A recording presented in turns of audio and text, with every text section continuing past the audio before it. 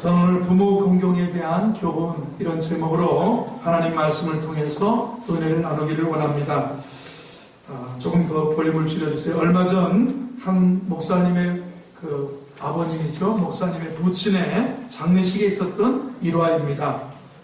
그 장례식이 특별했던 것은 이 목사님이 최근에서야 자기가 업둥이라는 사실을 알았습니다.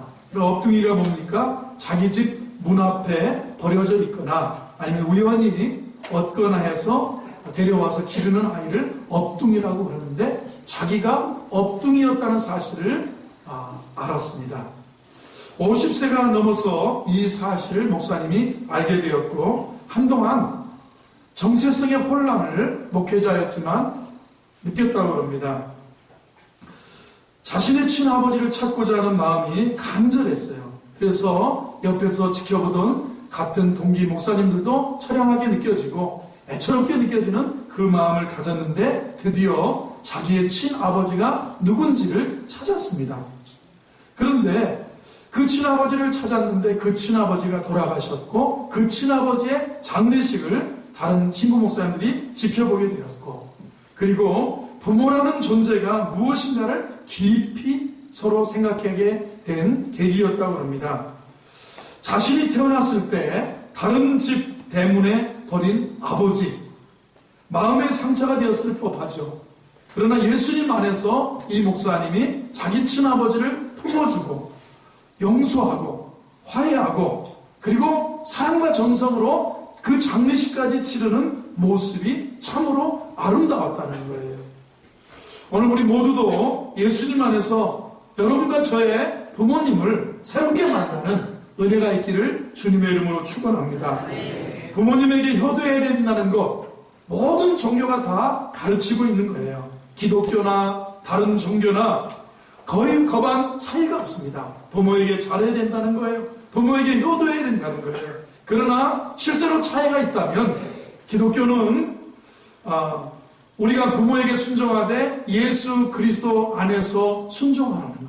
자녀들아 너희 부모를 그리스도 주 안에서 순종하라 이렇게 말씀하고 있습니다.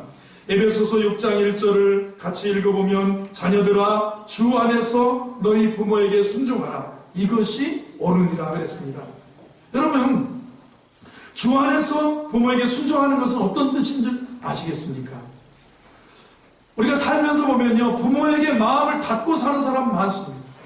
부모에게 마음을 다 닫아버렸어요. 혹시 믿음 있는 여러분도 저와 여러분도 부모에게 마음을 닫아버리고 사는 사람 있습니다. 교인들 중에도 부모와의 관계가 깨진 사람 많습니다. 집사님도 그렇고요. 권사님들도 그럴 수 있고요. 그리고 예수 믿는 청년들이 부모에게 마음을 닫고 부모와의 관계가 깨진 채로 살아가고 있는 것 우리가 볼 수 있습니다. 물론 거기에는 부모의 잘못이 있을 수 있습니다. 남들이 알 수 없는 그 사람만의 고통과 사연이 그 집에 있습니다. 시아버지와 시어머니와 마음을 닫고 살고 관계를 끊고 살고 있는데 그 잘못이 부모님에게 있을 수 있습니다. 그렇다면 부모의 잘못 때문에 관계가 끊어진 것일까? 생각을 한번 깊이 해봐요. 자, 내가 마음을 닫게 된 이유가 내가 관계를 끊고 사는 이유가 꼭 부모님만의 잘못일까? 한번 깊이 생각해 볼 수 있습니다.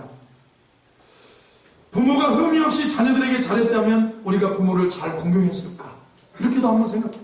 내 부모가, 내 시부모가, 내 처가의 부모가 흠 없이 정말로 자녀인 우리들에게 잘했다면 내가 정말 더 잘 공경했을까? 이것도 한번 생각해 봐야 됩니다.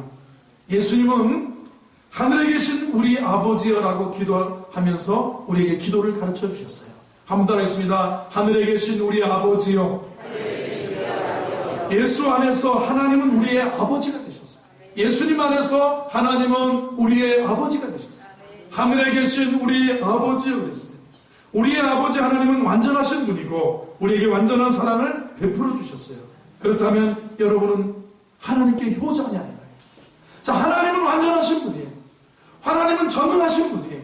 하나님은 예수님을 보내서까지 우리를 사랑하신 사랑의 하나님인데 여러분이 그 은혜로 구원 구원받은 우리가 정말 하나님께 효자냐? 하나님을 잘 섬기고 있느냐? 이것도 한번 생각해 봐야 돼요. 우리는 언제나 하나님께 죄송한 마음을 품고 살아가고 있습니다. 하나님 뜻대로 살지 못하고 하나님의 기쁨과 자랑과 영광이 되지 못하는 자책감을 우리는 떨쳐버릴 수가 없습니다. 이것이 우리의 죄성이에요. 아무리 하나님이 전능하시고 아무리 하나님이 우리를 사랑하셨어도, 나를 사랑하셔서 자기 아들 예수 그리스도를 이 땅에 보내주셨어도 내가 그 하나님께 온전한 효자이냐? 아니라는 거예요.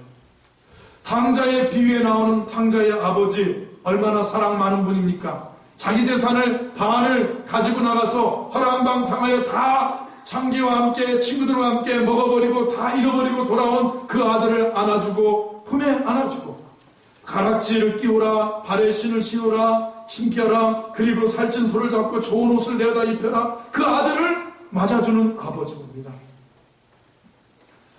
큰 아들은 잘했습니까? 그러면 아버지 마음을 아프게 한 것은 집을 나간 탕자나 집안에 있는 큰아들이나 똑같다는 거예요. 이 비유에서 탕자나 큰아들은 누구를 상징하느냐? 저와 여러분을, 우리를 상징하는 것입니다. 완전하신 하나님 아버지에게도 우리가 효자가 아님을 보면서 부모와의 문제가 꼭 부모의 결함과 허물 부족 때문만은 아니라는 거예요. 여러분, 우리가 마음을 닫고 사는 이유가, 내가 부모에게 정말 불효하고 사는 이유가 부모의 잘못만은 아니라는 거예요. 우리의 죄성의 문제라는 거예요. 우리의 어쩌면 사람의 인간의 기질의 문제라는 거예요. 오늘 저와 여러분, 이것이 예수님 안에서 부모를 바라보는 결과예요. 부모의 결함과 허물 부족함 때문만이 아님을 우리가 꼭 알아야 된다. 내 문제가 뭡니까? 죄성의 문제예요. 나의 허물의 문제, 인간의 죄성의 문제지 부모의 허물만이 아니라는 거예요.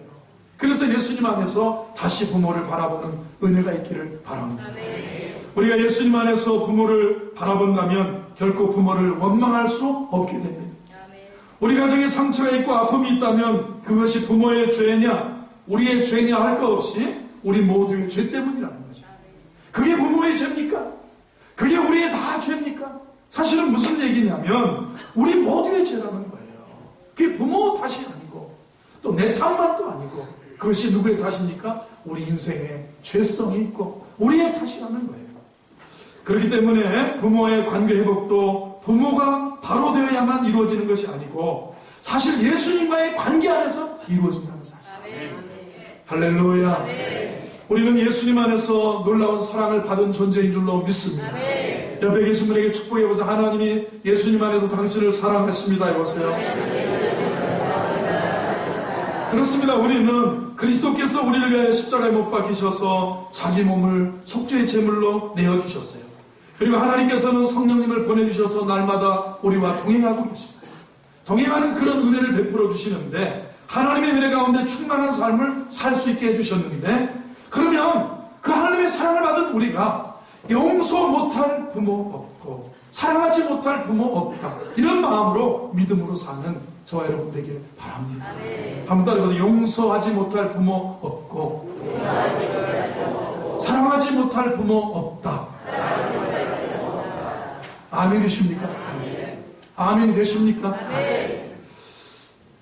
어느 여집사님의 이야기입니다. 신앙생활은 하지만 늘 자신감이 없고 기쁨도 열정도 없이 살았습니다. 교회학교 교사로 봉사하다가 도무지 더 못하겠다면서 목사님, 사모님을 만나서 사모님에게 상담을 받습니다. 사모님은 이 집사님의 반복되는 침체에 깊은 원인이 있다 싶어서 성령님께 매달리면서 함께 기도하고 상담을 하게 됐습니다. 그래서 이제 기도를 하고 했어요. 그때 서로에게 드러나게 된 그 대화하면서 상담하면서 기도하면서 알게 된 이야기가 있었는데, 그 여집사님이 어려서 친오빠에게 성폭행, 몹쓸 짓을 당한 거예요. 그게 드러난 거예요. 근데 오빠 친구들에게도 또 그런 일들을 당했습니다. 그런데 부모님이 문제가 뭐냐면 그것을 알고도 친아들이고 친딸이니까 쉬쉬한 거예요. 오빠 앞길에 걸림길이 된다고 오히려 자매를 구박했다고 합니다. 끔찍한 육신과 마음의 상처가 있었는데 죄책감이 들고 배신감이 들고 상실감이 너무 컸지만 어떻게 할 수 없어서 잊어버리자 하면서 이제 커왔고 성장해왔고 여기까지 온 거예요. 목사님 사모님과 상담하면서 이 드러난 문제는 다행히 예수님 안에서 다시 자신을 바라보고 사랑받는 나, 존귀한 나, 보배로운 나를 발견하면서 이 치유가 일어났어요. 그리고 하나님 사랑을 다시 확신하게 되었고 오빠와 부모를 진심으로 용서한다고 입술로 고백할 수 있게 되었어요. 사람이 마음으로 하는 거하고, 그래서 성경의 신앙 고백은 사람이 마음으로 믿어 의에 이르고 입으로 시인하여 구원에 이른다. 만일 우리가 우리 죄를 자백하면 저는 미쁘시고 이로사 모든 불의의 소리를 깨끗게 하신다. 용서한다고 고백하고 할 수 있었어요. 그 후에 이 집사님이 놀랍게 달라졌다고 합니다.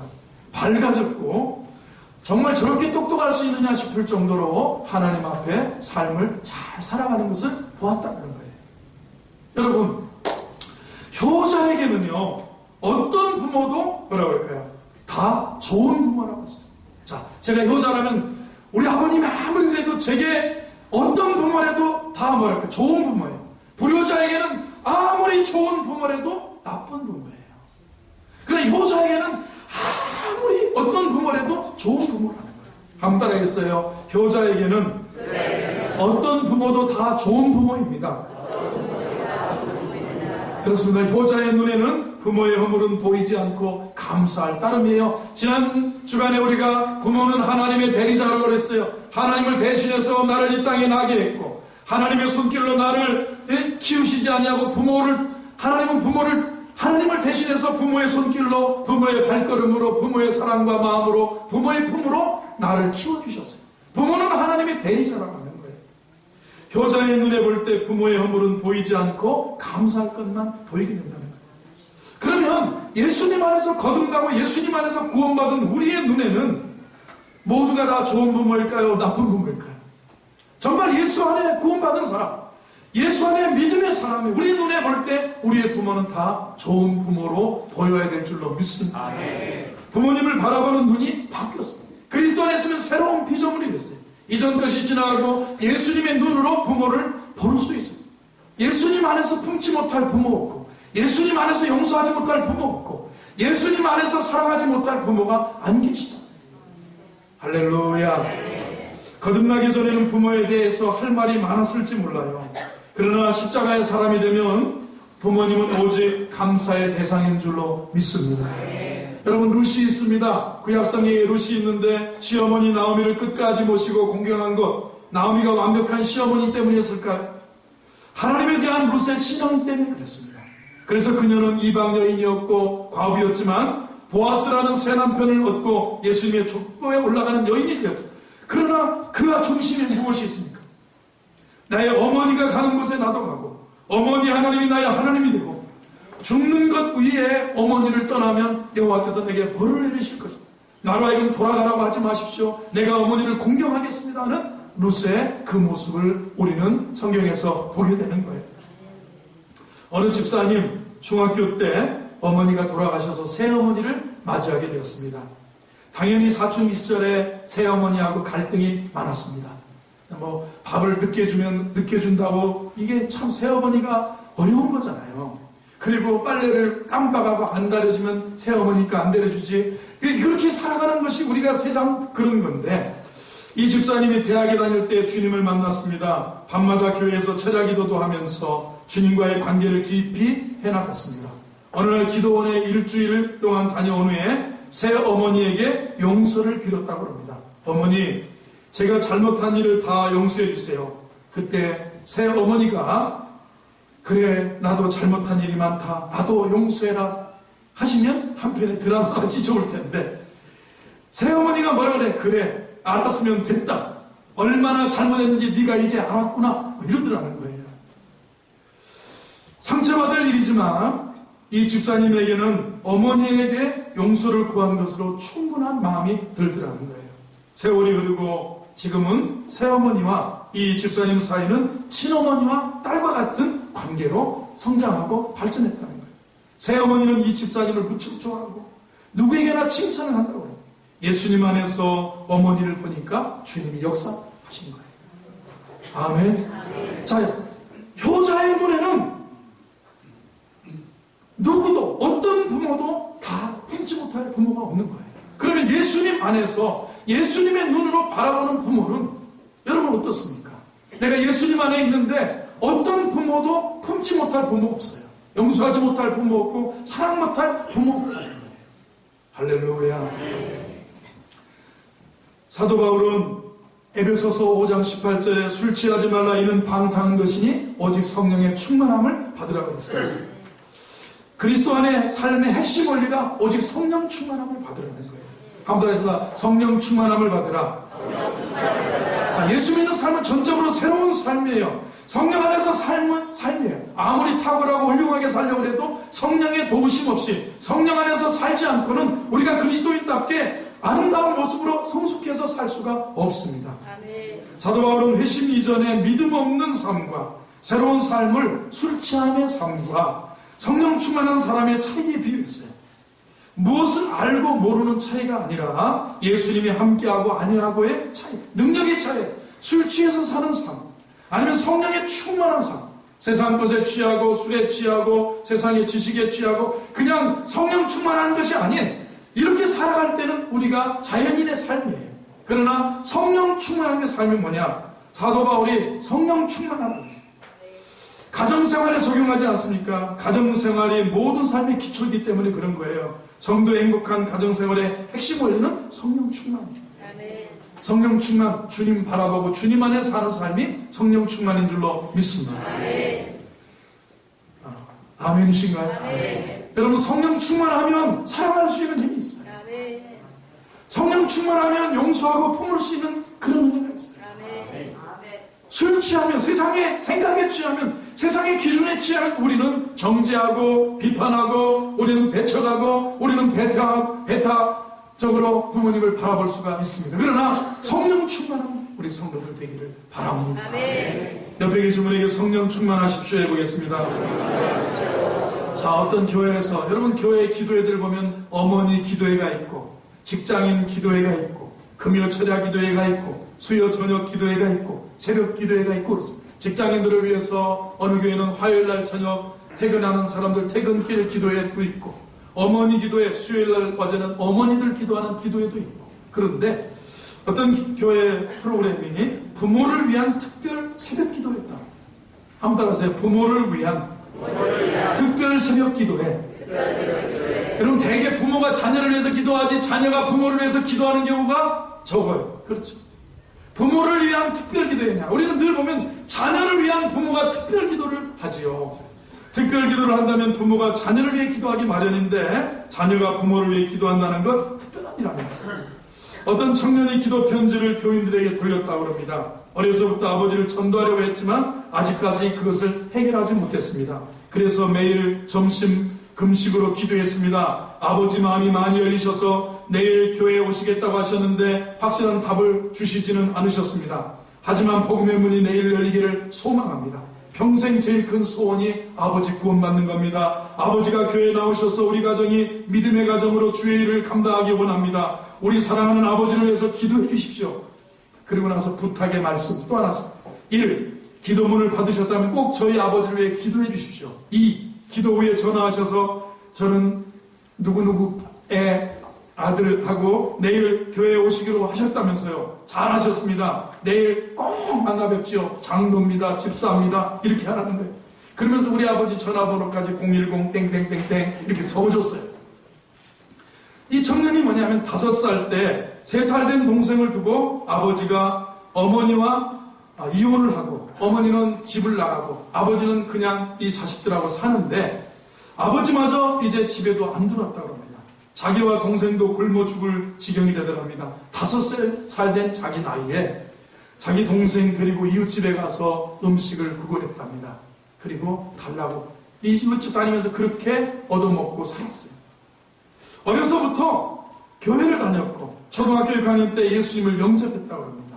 대개 이런 애가 바르게 크기가 어려운데 삐뚤게 크지 않고 신앙으로 잘 커서 공부도 잘해서 대학에 합격하고 그리고 대학을 다니다가 이제 군대 갈 때쯤 돼서 우리 아버지를 내 군대 가기 전에 꼭 교회에 나가게 하셔서 예수님 영접하고 구원받은 자녀 만들기를 원하는 마음으로 그렇게 기도 부탁을 하는 거예요.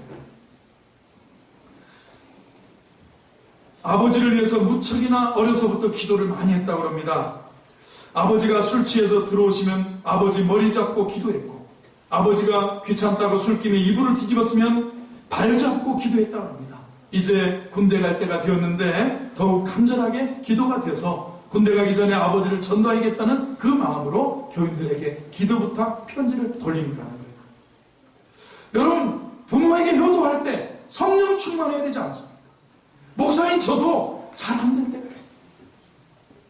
있어요. 여러분, 아는 건 다 알아요. 어버이 주일을 한 30년 맞이했다 그러면 10계명의 제 5계명이 뭡니까? 내 부모를 공경하라. 그러잖아요. 그 5계명 알고, 우리 에베소서 오늘 본문의 말씀이 내 부모를 주 안에서 순종하라. 이것이 약속이는 첫 계명이니 내가 땅에서 잘되고 장수할 것이다. 이런 약속을 주셨는데 그것이 안다고 되느냐? 그것 아닙니다. 예수님 안에서 부모를 바라봐야 용서가 되고 품어지고, 부모를 예수님 안에서 바라볼 때 부모가 용서가 되고 품어지는 거예요. 그것은 뭐냐면, 힘이 뭐냐? 성령 충만. 아멘. 아멘. 성령 충만해야 부모의 영혼도 보이고 부모의 미래도 보이고 부모의 아픔도 보이는 거예요. 아멘. 오늘 성령 충만한 우리 자녀들이 되기를 바랍니다. 아멘. 효도의 문제는 구체적으로 어떻게 하는 것이 효도가 아니라 효도할 수 있는 능력이 어디서 오느냐가 문제예요. 효도할 수 있는 능력이 위로부터 오는 거예요. 하나님이 부모를 하나님의 대리자로 보고 효도할 수 있는 힘을 주시는 거예요. 할렐루야. 아멘. 하나님께서 우리에게 부모를 공경하라는 계명을 주시면서 이것은 약속 있는 첫 계명이라고 했어요.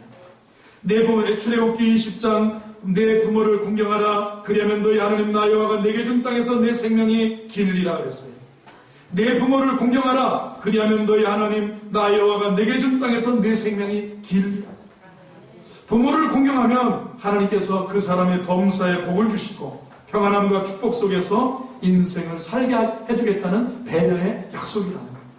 예전에 우리나라 부모님에게 효도했습니까? 불효했습니까? 효도했습니다. 부모님을 참으로 극진히 모셨습니다. 50년 전만 해도 어른들이 빨리 늙고 빨리 노인되기 원하는 나라라고 말할 정도였다고 그러는데 지금은 노인되는 게 두렵습니다. 왜요? 자식한테 다 퍼줘서 어떻게 살아야 될지를 모르는 거예요. 뭘 가지고 살아야 될지를 모르는, 정부를 의지하는데 정부가 20만 원 준다고 그러는데 여러분 이제 7월부터 받으신다고 하는데 그렇잖아요. 고종 황제의 밀사 노릇까지 했던 헐버트라고 하는 선교사, 이 세상에서 효행이 최고인 나라는 조선이다라고 이야기했습니다. 미국 공사를 역임했던 샌즈라고 하는 분의 회고록에 보면 나의 노년을 위해 조선 땅에 다시 태어나고 싶다. 100년 전만 해도요. 50년 전, 우리나라가 그렇게 효도했다는 거예요. 최초의 의료 선교사 알렌. 이분은 조선은 늙음과 죽음이 두렵지 않은 노인의 천국이다. 조선은 늙음과 죽음이 두렵지 않은 노인의 천국이다. 이런 나라였기 때문에 아마 하나님께서 우리나라가 6.25 사변이나 일제시대나 일제강점기를 겪고 6.25 사변을 겪고 또 뭐 어려운 그런 위기를 겪어도 우리나라 역사를 이렇게 길게 하시는지 몰라요. 내 부모를 주 안에서 공경하라. 이것이 약속 있는 첫 계명이 내가 땅에서 잘되고 장수한다. 우리 민족이 이렇게 끈질기게 군대 가서 노래를 부르면 밟아도 뿌리 뻗는 잔디불처럼 시들어도 다시 피는 무궁화처럼 끈질기게 지켜온 아침의 나라. 우리나라를 그렇게 노래 부르는 거예요. 밟아도 뿌리 뻗는 잔디처럼 시들어도 다시 피는 무궁화처럼 끈질기게 지켜온 아침의 나라가 우리나라라는 거예요. 이게 하나님께서 지켜주시고 내 생명이 땅에서 잘되고 장수할 것이다. 이렇게 약속하셨어요. 아멘을 안 하시는 거예요. 잘되는 일이 기도를 많이 하면 잘되는 거 아니라고요. 기도만 많이 헌금을 많이 하면 잘되는 그것도 아니라고요. 우리가 오늘 성경에 약속 있는 계명이면 성경 하나님의 계명 중에 약속 있는 첫 계명, 이건 약속이 있다. 부모에게 효하면 약속이다. 하나님이 네가 땅에서 잘되고 장수한다. 약속이라는 거예요. 헌금하면 잘 된다라는 약속이 있죠. 그렇죠. 그런데 약속이 처음으로 하나님이 하신 약속이에요. 네가 땅에서 잘 되고 장수한다. 아멘. 지금은 시대가 변한 것을 우리가 느낍니다. 가정에서 자녀들이 부모에게 거역하는 일을 쉽게 봅니다. 가끔 저도 우리 집 아이들에게 화를 낼 때가 있어요. 이게 제가 제 입에서 막 쌍소리가 나면 이 싹 없는 애들아 그러면서 이 어디 아버지한테 탁 눈을 두고 덤비냐 사춘기 오니까 딸이 그러더라고요. 나쁜 애는 아니에요. 그래서 제가 그때 화를 막 낼 때 가끔 있었어요. 사춘기 때. 그러는데 지금도 사춘기 갔는지 안 갔는지 모르겠는데 시대가 변했어요. 자녀들이 부모에게 거역하는 일을 쉽게 보는 거예요. 얼마나 두려운가 이거 알아야 돼요. 그렇죠? 부모를 거역하는 거 로마서 1장을 우리가 살펴보면서 또한 그들이 마음에 하나님 두기를 싫어하며 하나님이 그들을 그 상실한 마음대로 내버려 두사 합당하지 못한 일을 하게 하셨으니 곧 모든 불의 추악 탐욕 악의가 가득한 자요 시기 살인 분쟁 사기 악독이 가득한 자요 수군수군하는 자요 비방하는 자요 하나님께서 미워하는 자요 능욕하는 자요 교만한 자요 자랑하는 자요 악을 도모하는 자요 부모를 거역하는 자요 우매한 자요 그런 일을 행하는 자들을 옳다 하느냐. 이게 부모를 거역하는 자 말세에 이렇다. 부모를 거역하는 자. 이 끔찍한 죄의 목록에 부모를 거역하는 자가 포함되어 있다는 거예요. 디모데후서에서도 사도 바울이 디모데후서 3장 1절에 말세에 고통하는 때가 이를 것임을 말씀하면서 사람들을 죄를 열거하는데 부모를 거역하는 죄에 대해서 또 한 번 열거합니다. 너는 이것을 알라. 말세에 고통하는 때가 이르러 사람들이 자기를 사랑하며 돈을 사랑하며 자랑하며 교만하며 비방하며 부모를 거역하며 부모를 거역하며 감사하지 아니하며 거룩하지 아니하며 무정하며 원통하며 풀지 아니하며 더 모함하며 절제하지 못하며 사나우며 선한 것을 좋아하지 아니하며 배신하며 조급하며 자만하며 쾌락을 사랑하기를 하나님 사랑하는 것보다 더한다. 부모를 거역한다. 부모에 대한 불신, 그렇죠? 부모에 대한 이 불신함 갖는 것. 배교의 시대, 즉 세상의 근간이 송두리째 흔들리는 불신앙의 시대에 나타나는 죄라는 거예요.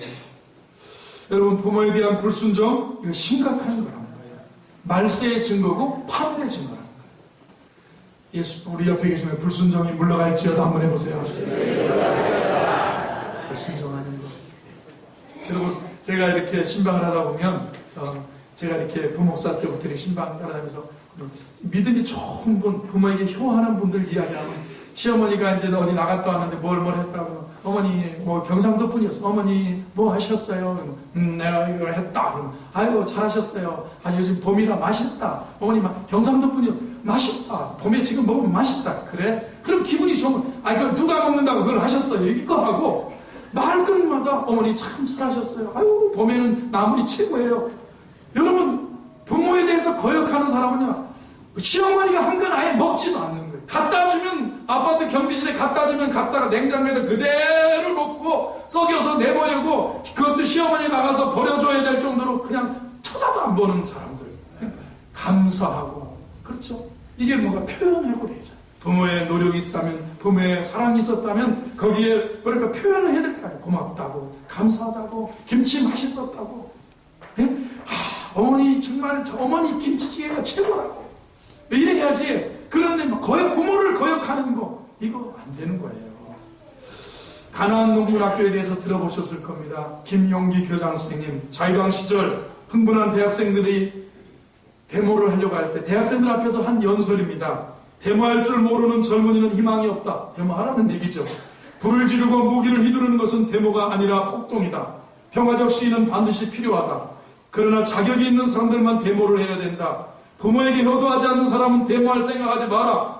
데모는 국가와 민족을 위해서 하는 것인데 가장 가까운 부모에게 효도를 못하는 사람이 어떻게 애국을 논할 수 있겠느냐. 뿌리 없는 나무는 없다. 마찬가지로 부모 없는 자식도 없다. 부모는 자식이 성장하는데 거름이 된 것을 기쁘게 여기며 죽어가는 사람이다. 이 세상에서 큰 죄가 두 가지 있다. 첫째는 하나님을 부인하는 것이고 둘째는 불효다. 요즘 우리가 사는데 새겨들어야 될 그런 교훈이 아닌가 생각합니다. 아멘. 아멘. 그래서 김용기 교장 선생님이 책을 썼는데 효자는 결코 망하지 않는다. 제가 이 오산나교에 와서 지하실 때부터 그 책을 인용해서 어버이 주일에 설교를 참 많이 했어요. 그분이 효자는 결코 망하지 않는다. 효자가 망하는 거 보셨습니까? 아니. 부모님 빨리 돌아가시라고 억지로 돌아가시게 만들었는데 자기들이 오래 두 부부가 천년만년 행복하게 저 푸른 초원 위에 부모 없는 초원 위에 그림 같은 집을 짓고 사랑하는 자식과 남편과 함께 한 100년이 아니라 1, 2, 3년 만에 깨져요. 부모에게 효할 때 내가 복되고 땅에서 장수. 저는 그거를 여러 번 봤어요. 부모에게 불행해서 부모가 정말 억지로 돌아가시게 됐어요. 그런데 저 푸른 초원 위에 부모 없는 세상에서 사랑하는 자식들과 알콩달콩 한 100년 살고 싶었는데 일찍 죽어요. 부모에게 불효한 사람이 살 것 같아도 오래 살지 못해요. 내가 땅에서 잘되고 장수한다. 잘 안 되고 장수하는 것보다 잘 되고 장수하는 복이 있기를 바랍니다. 여러분 잘 되고 장수하시기 바랍니다. 기가 막힌 것은요, 신앙을 빙자해서 부모님께 불순종하는 사람도 있어요. 제가 이게 참 찔린데, 저는 목회자이기 때문에 사실은 더군다나 내가 큰 교회, 우리 교회는 이만큼 내가 성도들에게 사랑받고 교회에서 이렇게 안정적으로 이만큼 사는 목회자도 별로 없어요. 별로 없는데 그냥 항상 지내오면서 늘 느낌에 늘 부족하다. 늘 목사니까 부족하다. 그래서 부모에게 건너뛰기가 일수예요. 건너뛰기가. 그런데 여러분 생각해보세요. 효자입니까? 불효자지. 헌금은 크게 하고 11조도 꼬박꼬박 하고 건축원금도 칵 하고 그러는데 1년에 한 번 부모에게 한 달 건축원금 하는 것만큼만 한 달 하는 것만 내가 정말 사랑으로 이렇게 부모에게 표현한다면 부모가 효자 같다고 그럴 수도 있어요. 여러분 혹시 우리가 그런 모습이 아닌지도 몰라요. 너희는 이르되 누구든지 아버지에게나 어머니에게 말하기를 내가 드려 유익하게 할 것이 하나님께 드림이 되었다고 하기만 하면 그 부모를 공경할 것이 없다 하여 너희의 전통으로 하나님의 말씀을 폐하는도다. 부모에게 드릴 걸 하나님께 드렸다. 아유, 하나님께 드리는 하고 없다. 제가 그럴 수 있어요. 그래서 잘하려고 했는데 저희 친부모님은 다 돌아가시고 지금쯤 우리 장모님도 돌아가셨는데 지금 예전에는 캐나다에서도 나오시면 그냥 어디 맛집을 모셔가면 그분들이 돈 내면 지금쯤 오면 내가 맛집 골라서 내가 좀 사줄 수도 있을 것 같은데 세월이 기다려주지가 않아요. 내가 얼마 전에는 그런 얘기 했어요. 네, 우리 집사람, 지금쯤 나오시면 내가 그래도 어디에 털내기 뭐지 그게?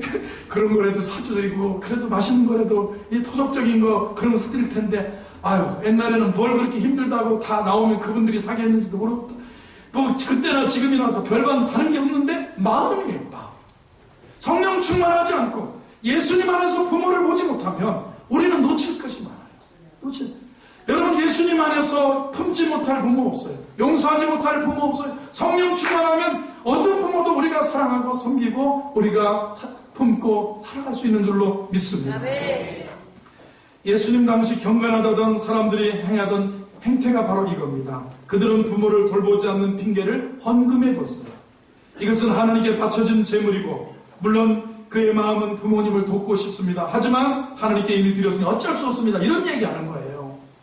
지금도 이런 교인들이 있다면 사탄에게 미혹된 것이라고 저는 말하고 싶습니다. 교회의 여러 활동은 열심히 하면서 부모에 대해서 소홀히 하면 안 되는 거예요. 결과적으로 그들의 태도는 기독교를 믿지 않는 부모를 실족시키는 거예요. 교회는 다닐지라도 성령 충만한 사람은 아니라는 거예요. 왜요? 여러분 성령 충만해서 드리기도 하지만 성령 충만해서 부모를 위해서 옥합을 깨야 되지 않겠어요? 성령 충만해서 부모를 위해서도 십자가를 져야 되지 않겠어요? 왜 내 자식을 위해서는 아끼짐 없이 퍼보면서 왜 부모를 위해서는 성령 충만해서 옥합을 못 깨냐 말이에요. 그게 제가 통탄스러운 거예요.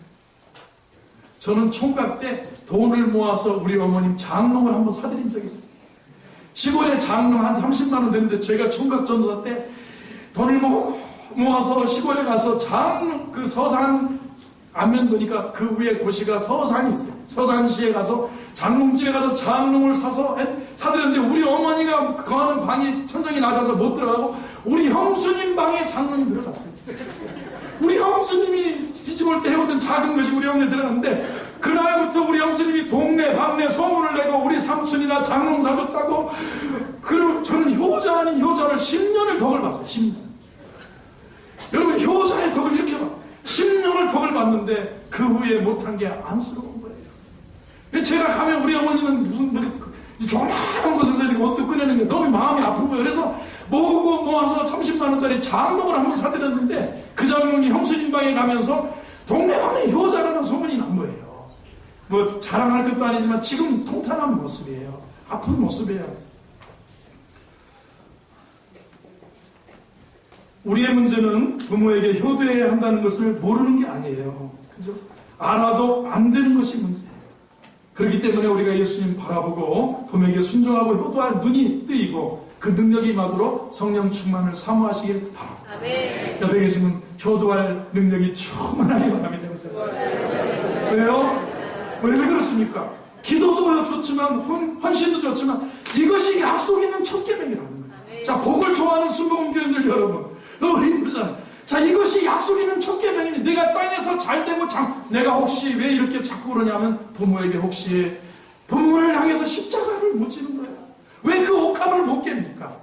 사람은 어려서 부모를 바라보고 살고, 사람은 커서는 짝을 위해서 살고, 사람은 나이가 드시면 자녀를 위해서만 다 내주고 사는 게 인생이라는 거예요. 인간이 뭐냐? 어려서는 부모 바라보고 해바라기처럼 이쁜 짓 하라고 이쁜 짓 하고 까꿍까꿍하고 사는 게 사람이에요.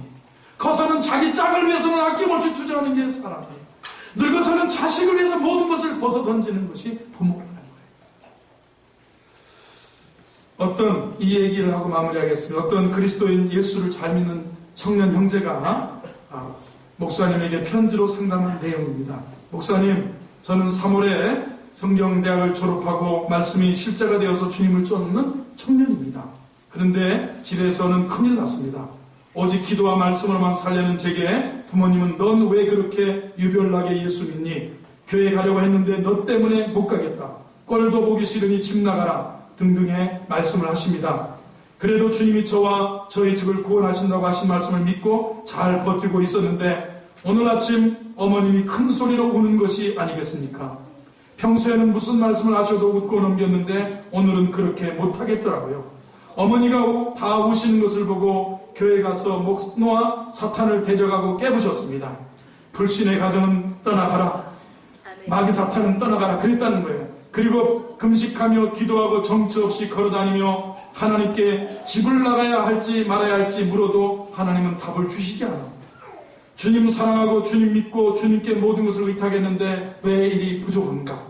이건 뭐냐? 라는 생각이 자꾸 드는 것입니다. 그러다가 우연히 말씀을 듣게 되었는데 거기에 답을 찾게 되었습니다. 저에게 빠진 것이 바로 사랑이라는 것을 알았습니다. 저에게는 사랑이 없었습니다. 저에 대해서 기도할 때도 믿음만 구했지, 능력만 구했지, 사랑은 구하지 않았습니다. 말씀 중에 믿음, 소망,